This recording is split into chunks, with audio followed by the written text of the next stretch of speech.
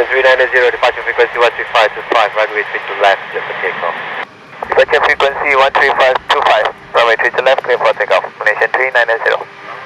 Malaysia 75 South, departing traffic, line up runway 3 to left via Charlie 11. After departing traffic, line up runway 3 to left, Charlie 11, Malaysian 752.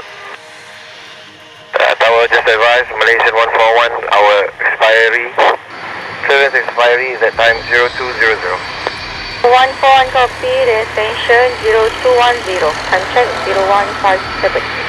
Destination 0210, Malaysian 141, thank you.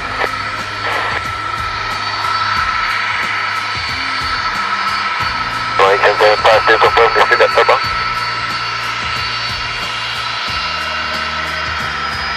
Malaysian 752, line up, runway 3 to left, Charlie 11.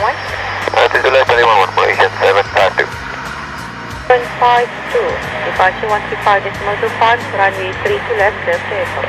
Departure 13525, 3 to left, clear takeoff, Malaysian 752. Malaysia 141, ready in turn. 141 after, departing traffic, line up, runway 3 to left, Charlie 11. Departure traffic, line up, runway 3 to left, via Charlie 11, Malaysian 141. Malaysian 141, departure 135.25, runway 3 to left, clear for takeoff.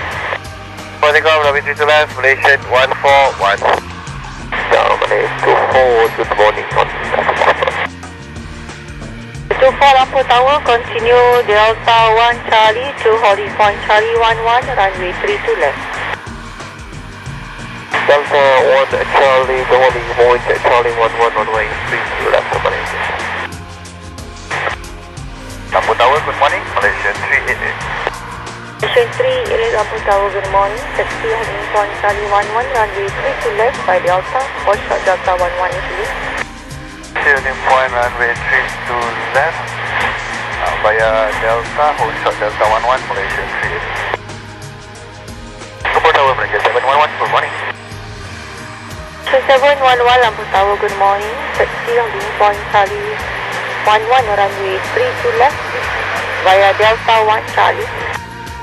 Hotel taxi Charlie 11, we just have via Delta 1 Charlie, 711.